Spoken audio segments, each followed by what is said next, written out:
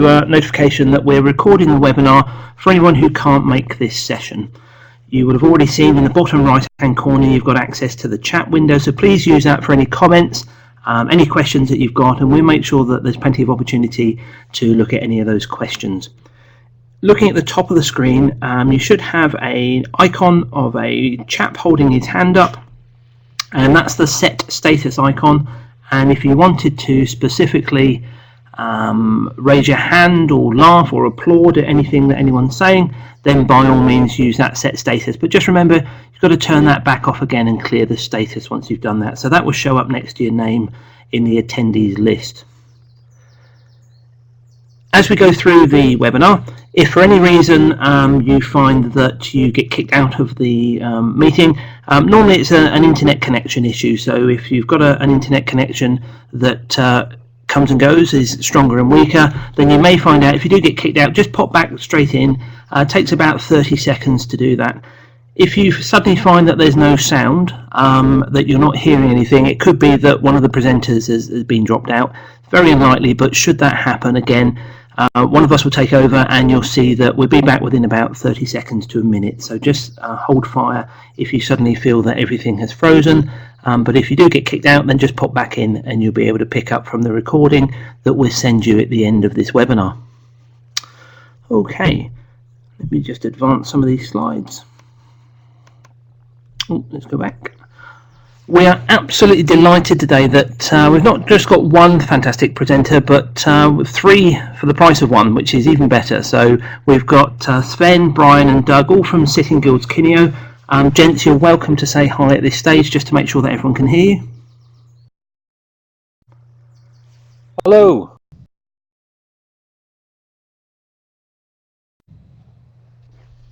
Can you hear me? Hi, it's Sven here. Can you hear me okay? Hi Sven, you're loud and clear. Wonderful. This is Doug. Can you hear me okay? Hiya Doug, yeah, that's loud and clear as well. Doug and Bryan, are you there? Bryan might not be there. Just okay, very quickly, it's Sven's from Sitting Guilds Kineo. Bryan and I are working with Sitting Guilds at the moment. And we're both independent consultants. So just to clarify that. And Bryan's going to be joining us shortly. We've just been having a conversation on Twitter. Okay, brilliant, thank you. Okay, Bryan's back with us, that's fantastic. So I'm going to ask our presenters to start in a second, but just before they do, what I'd like to do is just to clarify where we are with the webinar. So the thinking behind the modules that we've put together, this is one of 11 modules that we have, and the idea is that we have some really great people who are really leading experts in their field that have some really good experience in their field, and as I say, we've got 3 today that have kindly agreed to share some of their expertise with us. Once we've had the webinar, what I'm going to do is take you through some CPD activities and resources that we've put together to help you apply some of this back into your organisation. So if you're new to online badging and it's whet your appetite to say, I want to know more about this and do something, we've put some activities together and some resources, and I'll take you through those at the end of the webinar to show you where you can access those.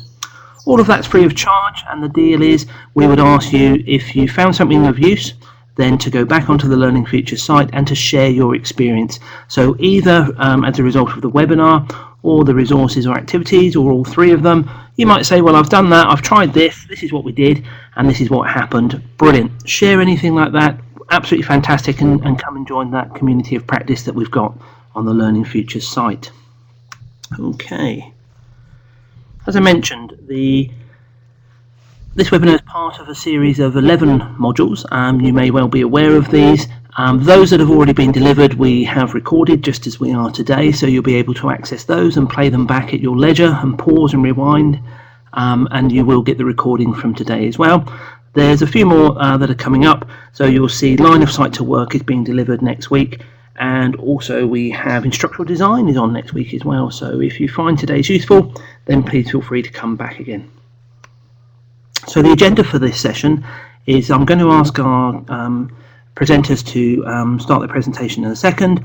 We'll make sure there's an opportunity for any questions and answers, and at the end, as I mentioned, I'm going to run through the supporting activities and the resources that we've put together to help you. So without further ado, I'm going to hand over to our colleagues. And Sven, are you starting, Sven? Fantastic. Well, I'll start by introducing and saying thank you to my co-presenters. So it's a very exciting topic, and Rob, thank you very much for giving us the opportunity to talk here. What I wanted to do is just to, I guess, to introduce Doug and Bryan, who, as Doug said a second ago, are both independent consultants, and I'm really thankful that they could join us here and present. Doug will start. He's an authority on the subject of open badges, and I think you're sharing your screen already. And the rough structure of it is that Doug will tell us what it is and why. I will then join afterwards and give some practical examples as to how you might get started and show you, I guess, what I've been playing around with this morning and some of the work that exists out there. And Bryan will then continue on and finish up really with the great question of what if. And with that in mind, Doug, can I hand over to you? Absolutely. Thank you very much, Sven. So I have some questions for you if you're in the audience. The first question I've got is to say, have you ever been issued a badge for anything at all? So last night there was a St. George's Day parade in Morpeth in Northumberland where I live, and lots of cubs and scouts and beavers going around, all with badges on their arms. So if you just want to put in the chat right now, if you've ever been issued a badge for anything, not an open badge or digital badge, it could be one of those, but if you've been issued a badge for anything, stick it in the chat now and let's see what we've got. Multiple attendees are typing. Excellent. Don't just say yes, say what it is you go for. 10 meters swimming, well done, Dan. Ballet badges, well done, Joe. Stan, cycling. So it could be achievement badges, it could be participation badges, membership badges, anything like that. Sven's even awarded himself one for bunny hopping, skiing. Suzanne's got a blue Peter badge for stamp collecting. Ian's got one for mountaineering instruction, conference attendance, PlayStation trophies. Reese, I like the sound of the taste of that. Coding, Joe. Professional qualifications, flyball. Joe, what on earth is flyball? And Rob's green tea Kit Kat eating. That relates to the conversation earlier. And Dan's got a blue Peter badge too. Obviously not as valuable as the 10-meter swimming badge. Tom's got some Steam achievements. That's a gaming platform. Wonderful. So kind of digital badges aren't anything new, really, are they? So I'm going to get onto that. And I'm also going to get onto just the ways in which we can do things. But this is very much an introductory webinar, which we're hoping that you might want to follow up and show interest in. But it's just kind of setting the scene. So I'm going to do a general overview, introduce myself, etc. Hand over to Sven, who's going to give some examples of latest kind of badging stuff that Kineo has been doing, and then Bryan's going to come in with some blue sky thinking. And maybe, if you look at my slides, that open badge awareness badge could be yours if you stay to the end of the webinar. So without further ado, my name is Doug Belshaw. I am at DAJ Belshaw on Twitter. If you want to ask me any questions or tweet about this webinar, feel free to do that. Until last month, I worked for Mozilla, the Mozilla Foundation, best known for Firefox, etc. And now I am independent consultant and I'm working with city and guilds around their badging system. So I will scroll through these slides. If you want these PDFs, I'll put them on SlideShare. So digital badges have been around for ages. We've already seen in the chat that people have got them offline badges, but also online badges, kind of PlayStation stuff, maybe things around Steam achievements, anything to do with conference participation. Digital badges are something which have been around for almost as long as the web. So if you've ever used Foursquare, you get badges for checking in different places. You get badges on forums for kind of leveling up in terms of number of posts and helpfulness and karma and all that kind of deal. So we're not talking about anything new here. The difficulty with digital badges, as they've always been until recently, though, is that they exist in silos. And what I mean by that is, if you want to take your PlayStation badges and put them alongside your conference attendance badges alongside something else, you kind of have to find some kind of hack to put them all together, which is problematic. You want to show the kind of holistic picture of yourself as a human being, as a learner. So you can't really do that because they all exist in silos, and all you can do is really download the image. So what if we could change that? What if we could have some kind of interoperable global system so that you could show your badges and all the things that you've done across the web, because we live on the web. So that was the question that Mozilla set themselves a few years ago, just before I joined, actually. The reason I joined Mozilla was for badges. Mozilla is obviously well known for Firefox, but actually it's a global non-profit playing in the same sandpit as Apple and Google and Facebook and stuff, but a non-profit, so they're for the good of the web. And so the idea is, how can we show our credentials online in a trusted, meaningful way? And this is where Adobe PDFs don't work very well. Now that slide did say, enter the OBI, the Open Badges Infrastructure. And that's the thing we're talking about today. The difference between a digital badge, oh, hey, I'll just right click and download that and have it for myself, and an open badge, which has metadata infused within it. So as I've already said, badges, open badges, are globally interoperable. We're not going to dive into the technical specifications too much in this webinar, although we can answer questions if you've got those. If you've got a question actually in the chat, could you preface it with a big capital Q? Because then we can see those questions coming through, and you can ask those at any point. This Open Badges infrastructure is a globally interoperable system which can be used anywhere in the world by anyone and at any stage of a learner's trajectory. They don't have to be used for serious badges, they can be used for fun badges, and there's no gatekeepers. So you as an individual can issue a badge, but also a big important organization can issue a badge too. And the value of the badge comes through what you put in it and how well known you are as an issuer. So really, this is the most important slide, I'd suggest. This one here. This is from an image by Kyle Bowen. He, in a previous life, was an illustrator, has skills much like Bryan Mathers does in the badge that we're going to issue at the end. He's now at a different institution. He was at Purdue, and they did lots of work around badges. But this shows the structure of an open badge. It's not just a digital image. It is a digital image in the sense that that's what you see, but literally hard-coded inside it is metadata. Now, metadata is one of those big, scary words that people get frightened of, but you use metadata all the time. So when you go to Facebook, for example, and you find that someone's tagged you in a photo when you were drunk at the wedding last weekend, and you want to untag yourself, you're adding and removing metadata, data about data. When you tag a photo on Flickr, you're adding metadata. When you go to the library and you look at the Dewey Decimal System, that's all metadata. It's not big and scary, it's just something we use every day. So the things you can put into an open badge are obviously the name of the badge and the criteria, what you have to do to get it, and the issuer, but also, and really crucially, any evidence there is for that person who's been issued the badge, the reason why they got it. And because this is a web native credential, you can put anything which goes on the web. So it's a URL field. So in the badge, when you click through it and you have a look through it, there'll be a URL there for evidence, URL being the address of where something exists on the web. So if you click on that and it's got the, I don't know, the presenting in a webinar badge, you can click on that and you might be able to see the webinar, or you might be able to see a screenshot of the webinar or a transcript or something like that, something which is appropriate as evidence. You can also see if it aligns with any standards. You can see when it was issued. You can see whether it expires. That's important as well, maybe as a kind of a health and safety thing. And if it's got any tags as well. So you can put all of this stuff, some of which is mandatory and some of which is optional. You can put it all in a badge and wrap it all up. And that is unique to the particular person who earns the badge. So you might have 1 million health and safety badges, but each health and safety badge is unique to the person who earns it. So if I try and steal Sven's health and safety badge, then it just won't work. It won't work in my badge backpack, which we'll talk about later on.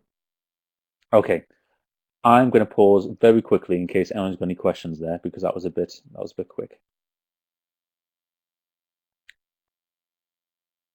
I've got some woot. Excellent. All clear here. Good. Right.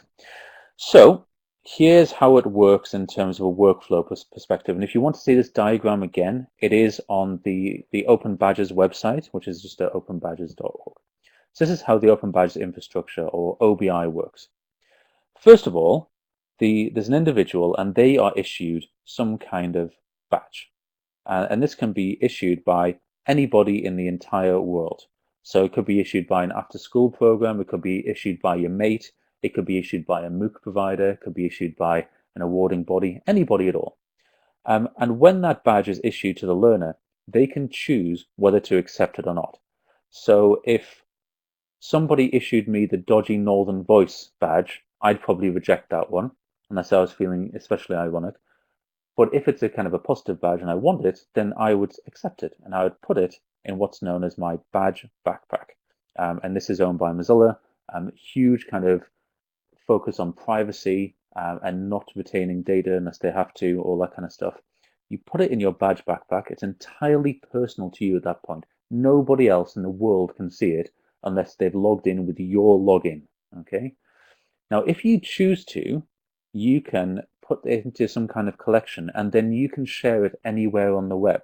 So anywhere that allows you to embed HTML. So in the same way that you'll have seen YouTube videos embedded in different websites, you can embed your badges in there. So you can put them on social networks, on your personal website, on a VLE or an LMS, pretty much anywhere on the web. And the idea is what will happen then is you'll level up to different job opportunities, lifelong learning, and new possibilities that weren't available to you before. So you can start to badge not just big meaty stuff like PhDs, but you can badge little small behaviors. You can badge things like turning up to a webinar like we're going to do today. Anything which you think is worthwhile and that a learner might want to show to other people, you can badge. And I think that's important. So we live in a really kind of fast-paced environment at the moment. And it's interesting because you've got a real lag between the kinds of credentials that people can come up with and deem important and rigorous, and the jobs that people are actually doing right now. So if you need to hire somebody for a job like cryptocurrency expert or information architect or new media communications coordinator, where's the awarding body qualification for that? Well, they're coming, but sometimes you can be faster if you do something like a badge. And that's one way in which they might be used. These images, by the way, if you've ever seen the Richard Scarry books, What Do People Do All Day? There's a wonderful Tumblr blog, which is kind of a bit tongue-in-cheek, doing new versions of that. My children love it. So that's one way in which you can start thinking about using badges, a much more kind of fast-paced environment. So where are we? Well, this is my job today is just to give a quick overview. But as of March 2015, the latest figures from the Badge Alliance, which are the people who are looking after the badge ecosystem, are that there's 14,000 issuers worldwide, and they include people like City and Guilds and Pearson and Blackboard and Moodle and all big people as well. Over 2 million badges have been issued, and only some of those have been sent to backpacks. Now, there's lots of theories and reasons why that might be the case, one of which is you don't have to send it to a badge backpack. You can keep it within your learning management system instead of sending it out and bringing it back in. But we can talk technical details later on.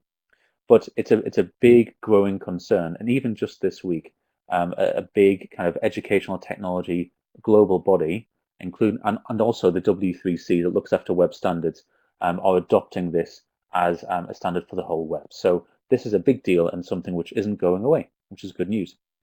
Now later on, you're going to hear from Bryan, who is an artistic genius, and he drew this a while ago, and I think it really nicely summarizes what's happening here. It's an old concept, badging, something which we're very familiar with, but we're using new technology to make it rigorous and valuable and on the web. It's got this built-in audit trail. If you click on the badge, you can see what it was issued for, who it was issued by, any evidence, all that kind of stuff. And it means that not only can you get the people who might be engaged and really working towards existing credentials, but you can start to really make bespoke credentials for those who might be disengaged. And it is a bit of a revolution. And I think if you've got any questions, we can answer them now, but it's something that you can pick up and start using almost immediately. So I'm going to pause there in case there's any questions. Otherwise, I'm going to hand over to Sven.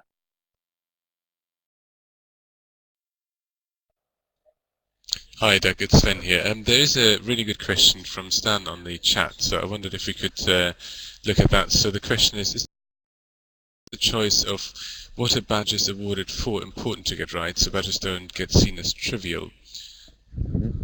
So that's a good question, and there's a question about the whole system. Will badges be seen? If there's a multiplicity of badges, if badges are awarded frivolously, won't people see badges as being ridiculous and unimportant? Well, right next to me on my wall, I have my Doctor of Education certificate. My kids were given a certificate for colouring in when we went to a restaurant at a weekend. We don't seem to think that a certificate is devalued, because we give them out willy-nilly to 4-year-olds. We still use them and hang them on the wall for things that are important. So the value of the badge, I would suggest, comes through who's issuing it, and also whether the thing was worth doing in the first instance. So you'll all have been in a situation where there's a job interview and you haven't heard of the organization or the university or whatever it is that this person is claiming that they've got something from on their CV. And so what do? Well, you kind of have to take it on trust. With a badge, you can dive into it and see what they actually had to do, as well as any evidence. So I don't think that badges as a system can be devalued by some badges being better or worse or more valuable or less valuable. It's an entire ecosystem. So just in the same way that paper or certificates aren't devalued by giving them away frivolously, so the whole concept can't be really devalued because it's an entire ecosystem, I hope.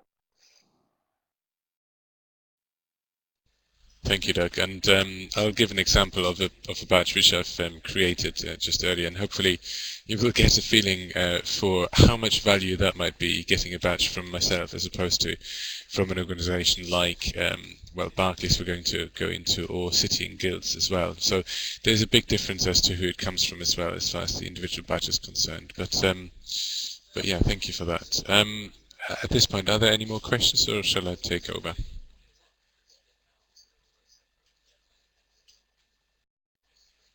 I can't see any. Okay, so in that case, I'll stop sharing your slideshow, Doug, and start sharing my screen. So what I'm keen to do is I'm quite keen to show you really how to get started with this, and the idea is that you can come away from this and be able to issue badges straight away. It's a very, very easy thing, and one of the things that I've started doing is looking at what platforms are out there that you can simply log into and create badges with. There are multiple out there. The example I've decided to show here is Credly, so ultimately you can see the homepage here. The point of this site and service is that you can easily create badges and you can easily manage them and also give them out. And I've created one earlier, which I wanted to show you. So first of all, looking at the screen here, I've created a simple profile.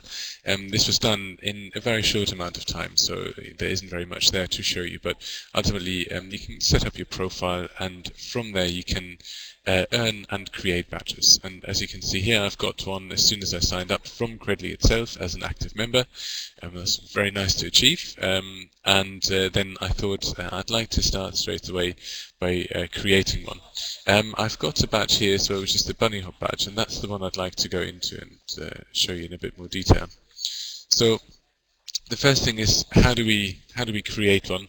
Well, this platform in particular makes it very easy for you, in so much that there are a number of ones already made, and let's pick one for argument's sake. So I'll pick this one here, and I'd like to start with that as the basis. Now customize that, and you can see I've got various options available. So at this point, I'd like to use that shape. I also would like to change the image here underneath. So at that point, I've got lots of different categories available, and I can say let's pick this one here. Nice brain. Use the icon. I've got some more options here as well. So good thinker. Let's call it that. Let's get that right. Thinker. So there are some of the options. I've got some other options here in terms of what I make that look like. I quite like this one here. And finally, I can change the colors as well. So you can see it's actually very, very straightforward and very quick to create a badge here. This is especially on this platform here. Excellence Award, you can create a description here. What you can also do is set some further options. So at this point, whether or not you need to have a code to claim it, whether evidence is required, and whether requests are approved automatically, or whether you have to do something about it. Further details which you can add are credit description, criteria, i.e. what has the person to have done or achieved in order to get this badge, and then some other metadata in terms of expiry, and let's say this expires every 4 weeks, and you can categorize this as well. So I won't create this badge at this point, but show you the one that I've created before. And it's the bunny hop badge. So to show you what that looks like, I was sort of racking my brains earlier in terms of what might I certify an achievement of, and decided to go for a cycling badge, just because that felt an appropriate item to go for, especially when we're applying that to the family setting, to potentially our kids. So these become useful in a personal context as well.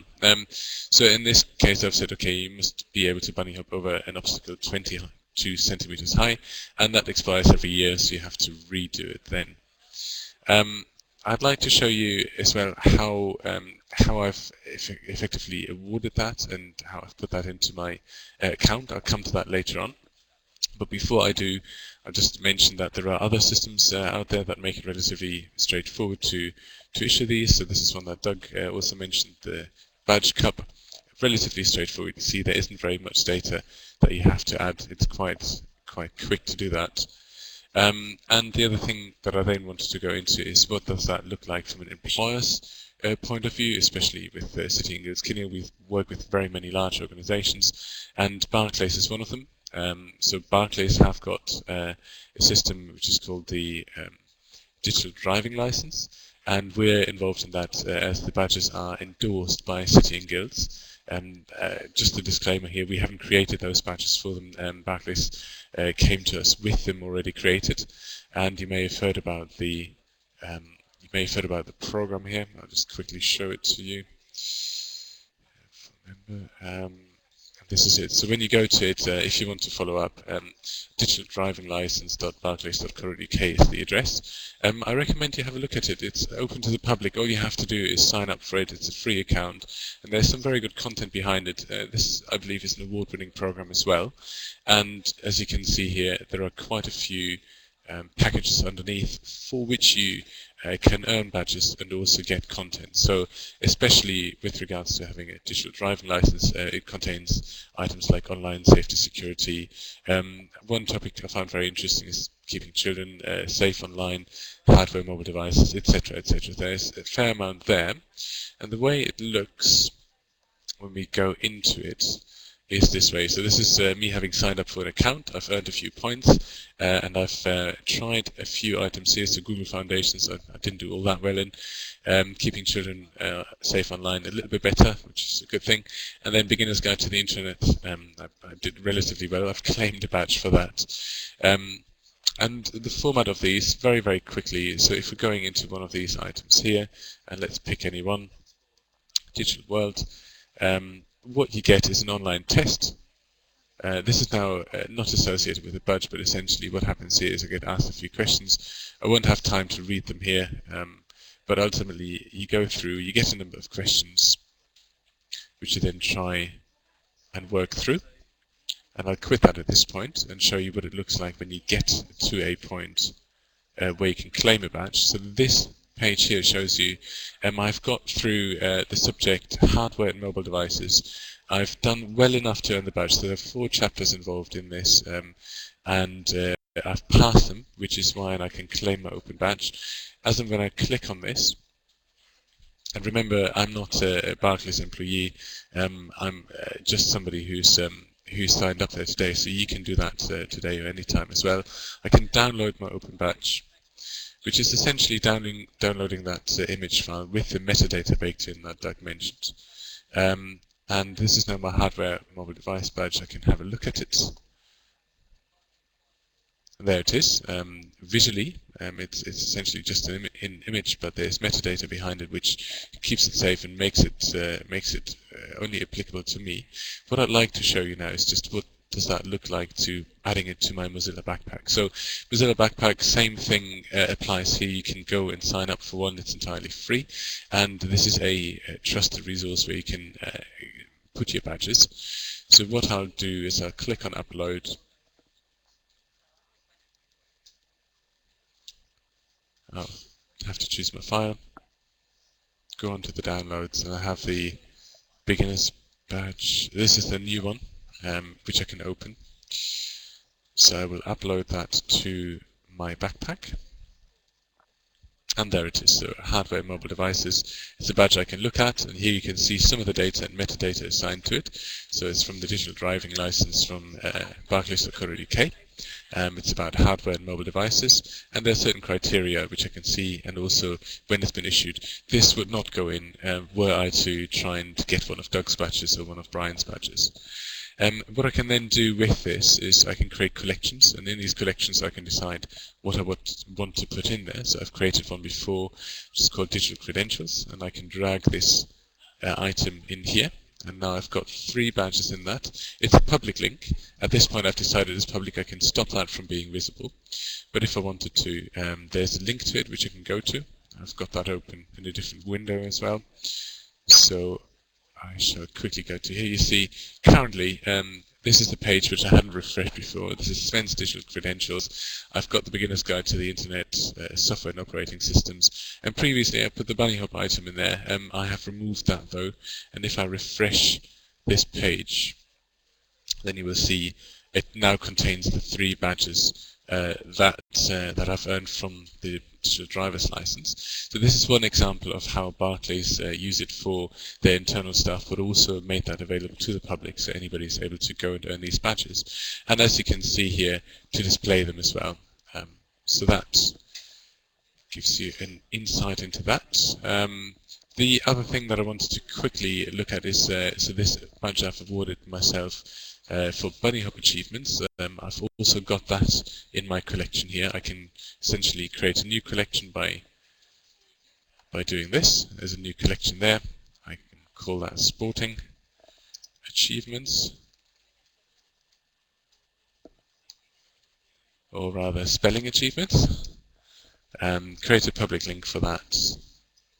And click on this. This is my public link as well. Now I'm going across browser windows. This is where you can see what this bunny hop achievement is. It's issued by Sven Laux, and you can of course see there's a difference if Barclays issues a badge to me which is endorsed by City and Guilds, or if Sven Laux issues the badge. There is a difference there in terms of what it comes, or where it comes from and what it means. But what you can see here is ultimately the issuing authority, what it is.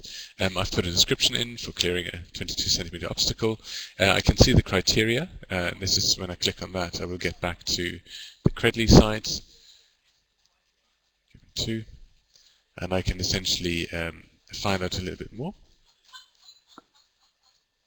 And I can also see evidence. So embarrassingly, I've put a little picture on there as well. There's a photo here which I've attached that shows me jumping over a 22 centimeter obstacle. So if you wanted to, you can add evidence as well, which means that all of our data is available here.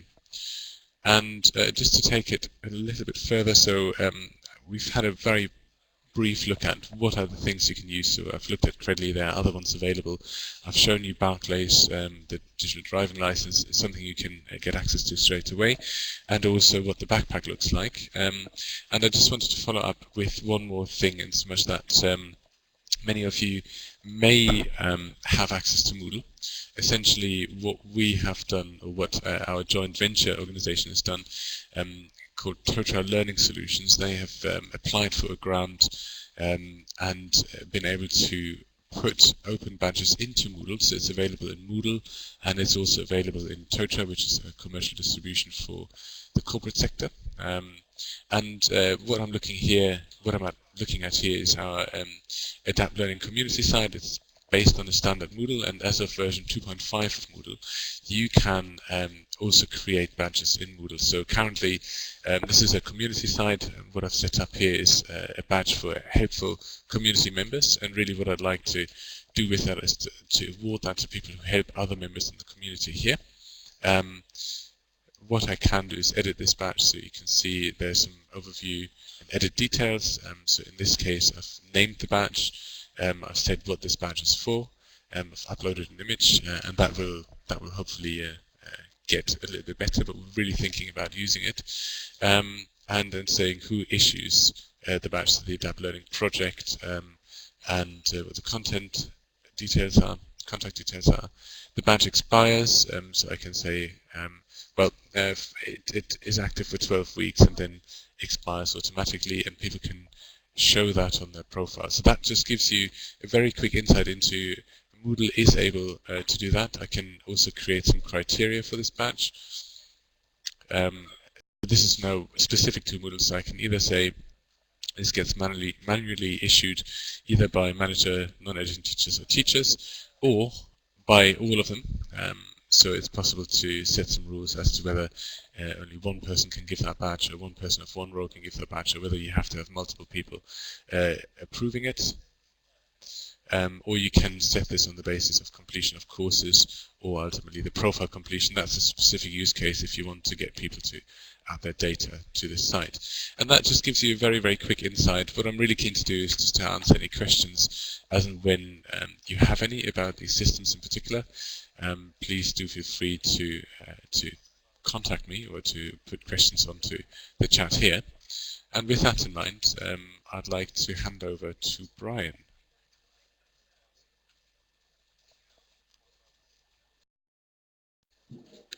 Hello, this is Bryan here. I'm just going to assume that everyone can hear me rather than asking anyone whether they can hear me, because that's what everybody always does, right? Let's see, let me get my slides up.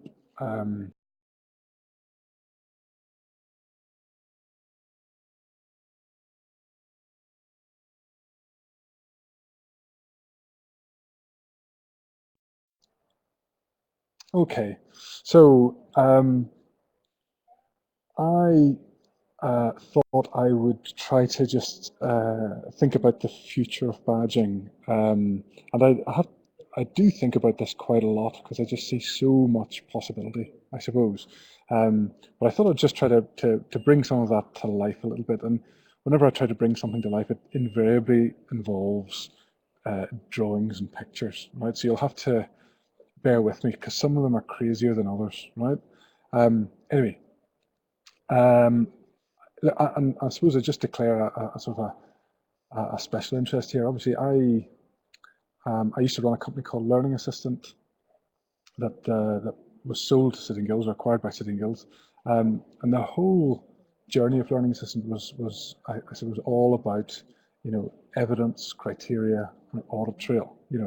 How do you capture learning journeys as they happen in an appropriate way that's both convenient to the learner on the journey, as well as the potentially the assessor or the tutor or the teacher or whoever. Okay, and when I discovered badges, quite a while ago now, I just thought, oh, it would have been a lot easier with these with this technology, where the evidence is stored inside, and the audit trail is baked in. Anyway, so I'm fascinated by badges, and I suppose that will come across. Again, Doug's already touched on this, but and obviously we've talked about the concept as such, but engaging the disengaged, what really interests me is what can we do with badges that was difficult to do without badges? Things like peer-to-peer assessment come to mind. Peer-to-peer assessment isn't new. It's not necessarily rocket science, but it's not necessarily that easy to do. It's certainly not easy to do from a quality assurance sort of point of view, and gets, in my experience, gets quite complicated quite quickly. And I wonder whether badges could enable a more peer approach to assessment, and allow us to do things that are difficult to do just now. But in particular, I'm burdened by the fact that our education system in the UK, I think, suits some types of students more than it suits others. Right? I think that's a fair thing to say.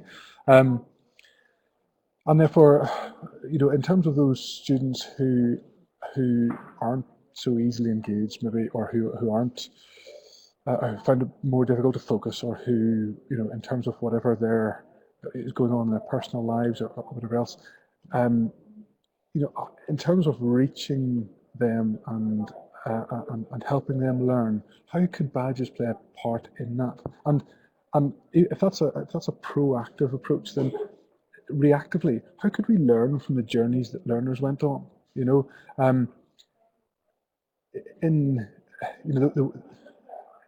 education system's pretty top down. You tend to go on these big long learning journeys.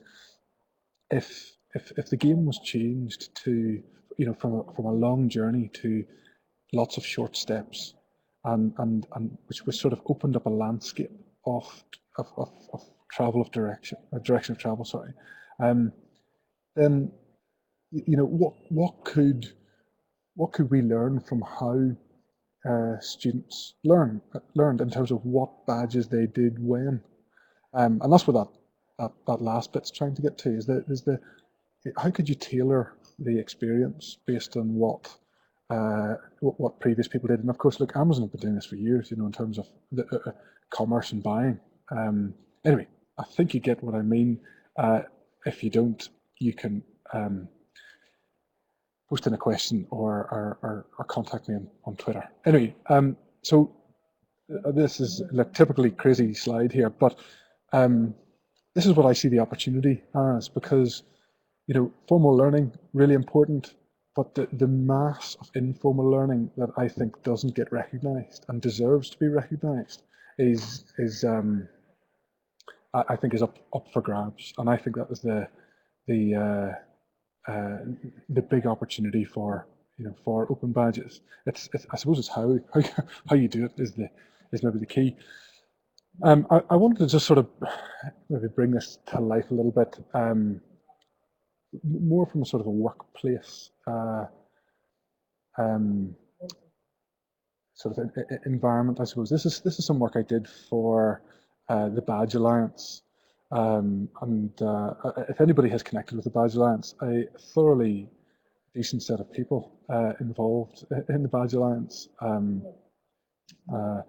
These sort of very, very community-oriented people that I found very easy to sort of work alongside, and a lot of, even though we're totally spread out across the globe, a lot of really interesting projects, sort of badge-centric projects going on all over the place in various different circumstances. But somebody mentioned in one of the conversations,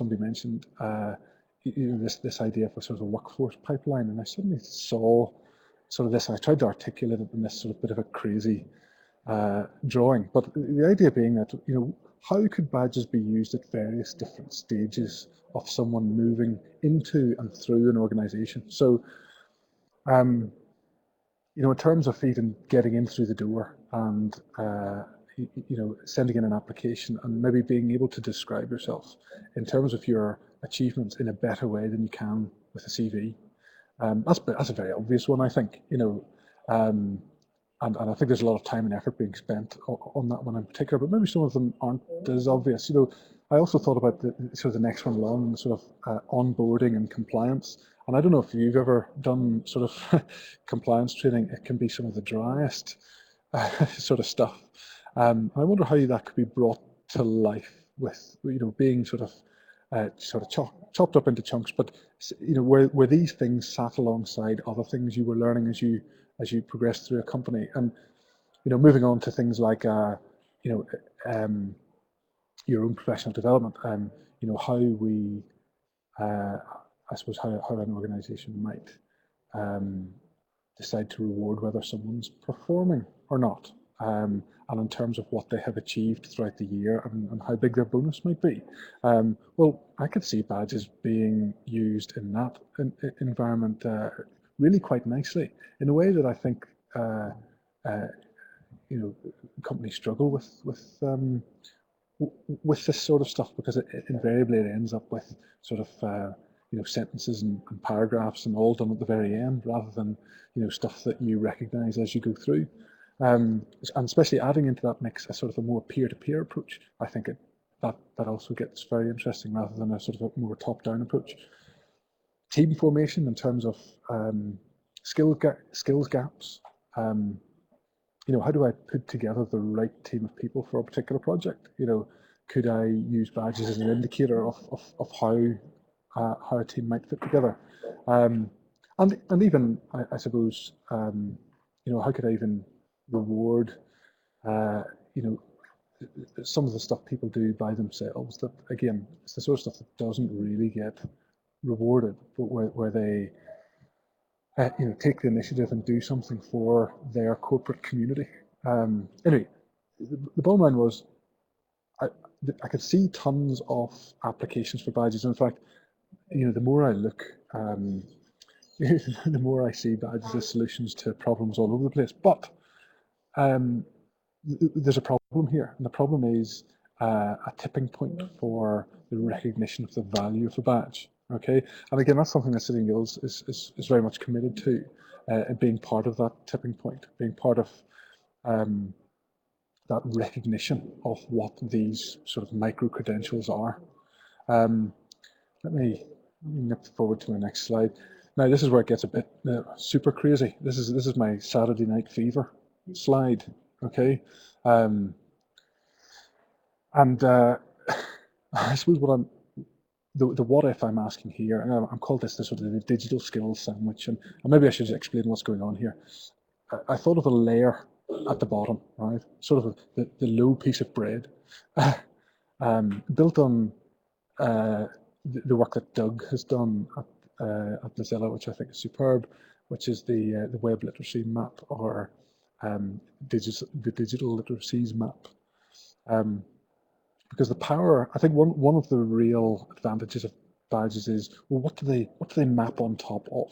Okay, so a badge by itself is a bit of an island, but I think a badge's value really goes up if it actually maps onto something that's maybe more generic, right? And if you don't know what I'm talking about there in terms of the web literacy map, or the digital literacies map, either get in touch with Doug, or even just do a search for it. In fact, Doug's probably going to post a link before I finish the sentence, because he's like that. But I think it's superb, and it's trying to get away from this or to the oh, there you are. Doug's filling us in. It's trying to get us away from this idea that, hey, let's switch everybody onto coding. Well, actually, there's a whole bunch of skills and literacies, that some of which are more appropriate than others, depending on what job you're trying to do, or where you're trying to get to, I suppose. And that's why I think this is brilliant. But imagine a sea of badges in the middle, right? So where those badges are created by different organizations, different individuals even, and that somehow there's a level in that sea of badges. And the challenge comes for people like City Guilds. The challenge is at the top part. How do we then put the top part of the sandwich on and sort of say, well, look, even though the stuff in the middle is fluid, we can sort of provide a sort of a recognition of what that means as a single thing, as a sandwich, right? And also act as the conduit with the employer to say, hey, look at these people, look what they've got, look what they've achieved. Okay, and I know that's a little bit crazy, but I really do think that the power of badges is in its decentralized ability, I suppose, in a way that education it seems to me to be really pretty centralized. And this middle layer that's always evolving and always up to date, I suppose, in its evolution of more badges and newer badges, or even remixed badges, I think is potentially very powerful. And I'm just going to read this question here, because I realise I've been sort of not paying attention to the chat. Apologies for that. Recognition of badges be interoperable and accepted. Badges are like local authority climbing qualifications used to be only good for that awarding authority. Well, I think that's where the open bit comes into it. You know what I mean? The fact that you can take them with you out of the silo. And look, you're talking to a guy who has employed. I employed a young person as a programmer because of his ability to do a Rubik's Cube, right? And that, to me, when I look at a Rubik's Cube, I haven't figured out how to do one myself. I'm a lot slower than that young fella, by the way. But the persistence required to be able to solve Rubik's Cube, and sort of the algorithmic or sort of pattern-oriented mind you might need to be able to do it, I found to be quite a good clue. Now, the thing is that that's the sort of thing you'd never see in a CV. You know what I mean? So actually, what someone else might see in the badges that you've earned, you might not expect. and that's why I think it'd be great to get away from CVs as they are, because there's a certain way to write a CV, and yet if you're trying to find the most appropriate person for a job, you want to see wider than that. You know what I mean? You want to see, you'll read into, I think achievements in a way that the person applying for the job might not see. Anyway, I'm going to stop waffling. I'm going to move on. Let's see. Oh yes, this was just just a little encouragement to you guys. I'm always trying to think of, what does that look like? And when somebody says, oh, this should be a badge for that, I think, well, if there was, what would it look like? And anyway, so this was just an encouragement to you guys in terms of more power to your elbow. Let's see what we can use badges for.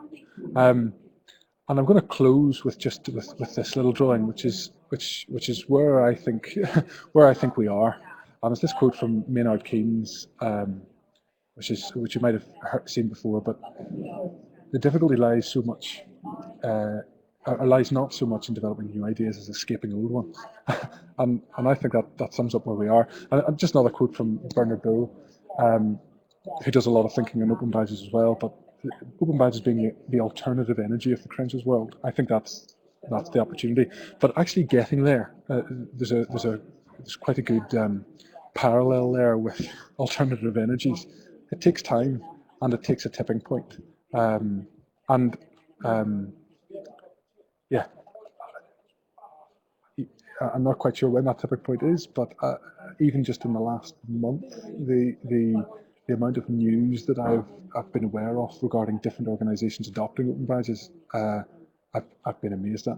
Anyway, I'm going to stop just there, and I'll open it up for questions. And if anybody else wants to jump in, of the hosts as well, then obviously, yeah, you'd be very welcome, because you might be better at answering questions than I am.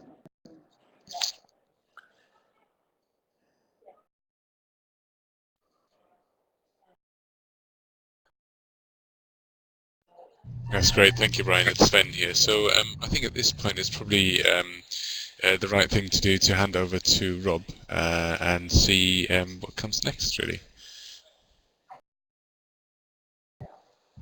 Brilliant, Sven, Bryan and Doug, thank you very much for your input. I think just looking at the comments that people are putting on there, that they've been absolutely fantastic, and I can see questions are still coming in here. So do post your questions on there. What I'd like to do is, whilst you're putting questions on there, is I'm just going to share my screen with you as well. I just want to show you a little bit about the resources that we've put together to support this webinar as well. So,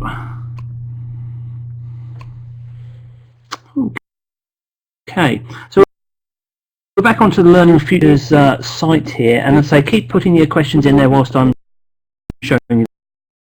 Show you on the CPD section. So under the free CPD offer, if I just scroll down to online badging, then you'll see as that loads, you'll be familiar with the structure that I mentioned at the start of this webinar, which that we have the input for the webinar, and then we've got some activities and some resources. Just to show you that CPD activity quickly, you'll see on there that there's a series of activities that you can pick and choose. Please don't feel that you need to go through. But if you're working in an organisation about what is this stuff about, what is a badge and so forth, then we've linked in with some online resources that you're able to use, and please also use the links that are presented into the chat area of the webinar as well. So you'll recognise some of the content of here that has been shown in the presentation as well. So why might you use online badges? What's different between digital badges and online badges? And you can see the diagram that was brought up earlier in the presentation. Not already, one of the Learning Futures Commission's projects, Gateshead Council, is working across 7 local. So do have a look at the Learning Futures site, have a look at their blogs and the resources that they're sharing, because there's some really interesting stuff coming out of there about how to use this badging within a local authority setting. And then we've shared a few resources there about design principles for motivating learning with digital badges. So I'm just going to take you back to the resources. All of the CPD activity links to the familiar with Scoop It, you'll see that just coming up on the screen now. As you scroll down, lots of videos, lots of online tools, but this is where you'll find the resources. So rather than just throw you in at the deep end, have a look at CPD activity, try to identify what's going to be most useful for your an activity, and as I say, come back to the Learning Future site and just through a blog or through the Useful Resources section, just share how that's been for your organisation into that online community, and share any questions that you've got through the online community as well. So what I'm going to do now is just bring us back into the slides. Just going to say, if there are additional questions that are coming up through the presentation, if you feel that it's not yet been answered, then continue to register those questions, because we'll make sure that we get an opportunity to get those answers back to you. Just whilst I'm loading the last slides, were there any final questions that you wanted to answer, either Bryan, Doug or Sven? Yeah, there's a few actually. This is Doug. So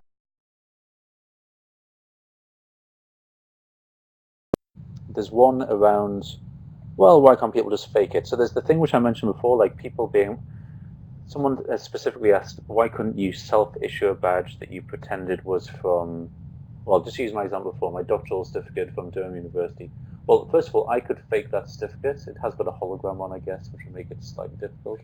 But in terms of the badge, yes, I could self-issue a badge which looked like that. Now, you'd have to then go as an employer or whatever and check that kind of thing, but you can follow the breadcrumb trail.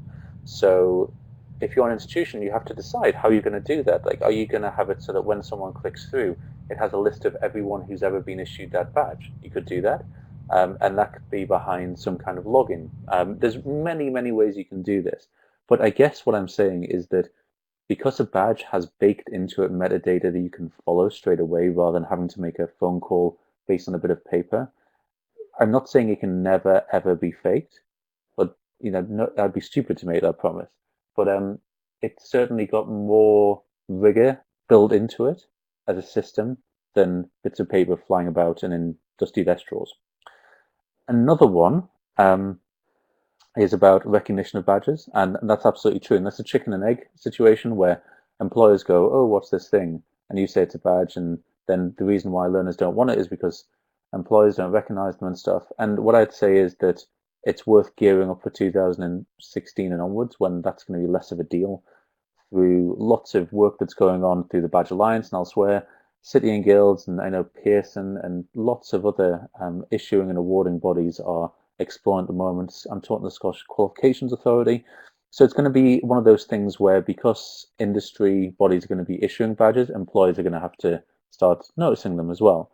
So yeah, I'd start getting ready and start thinking about that. And then the final point is that, in my experience, when an organization or a group of people has a conversation about open badges, it's never just about the badge itself. It's always about their pedagogical approach, their hopes and fears and dreams about what the organization can provide, their views of society, all that kind of stuff. And I guess they're worth talking about, but sometimes you have to strip that away and think about, well, what are we doing when we're talking about learning design? So I'm happy to talk with anyone about that at any point on Twitter or email or elsewhere. Just ask.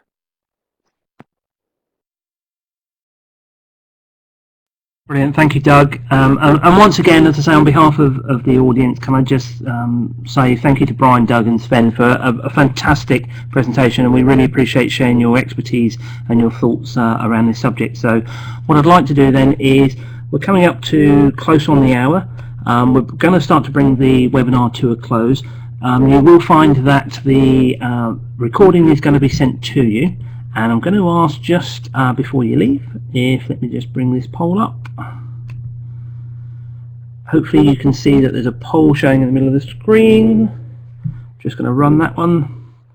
There we go, fantastic. If you get a chance, can you just rate the webinar? Obviously, it's a publicly funded program, and we do feedback those sort of results in terms of, are we hitting the mark? So if you'd like to share whether it's been useful, then please do. And thank you for your time today.